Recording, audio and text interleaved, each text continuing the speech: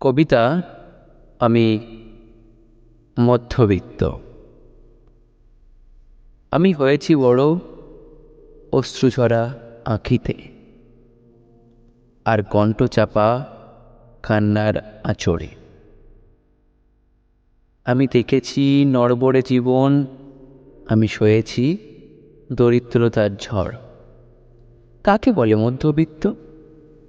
দরিদ্রতার অভাবে শিলে পেশায় হতে হতে বড় হয়েছি। না বলা কথা চেপে রাখতাম বুকের গহ্বরে।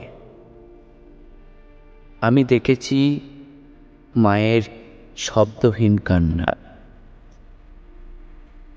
বাবার পরনে ছেঁড়া জামা। আমি দেখেছি পরিবারের দারিদ্রতার উচ্ছ্বাস, বড় ভাইয়ের ব্যথাযুক্ত মন, রক্তমাখা কান্নার চোখ। আমি মধ্যবিত্ত। চোখের আড়ালে দেখা স্বপ্ন ভেসে যায় দরিদ্রতার ঢেউয়ে। তবু চেষ্টার হাল ছাড়েনি বাবা, লড়ে যায় সবার স্বপ্ন পূরণ করতে।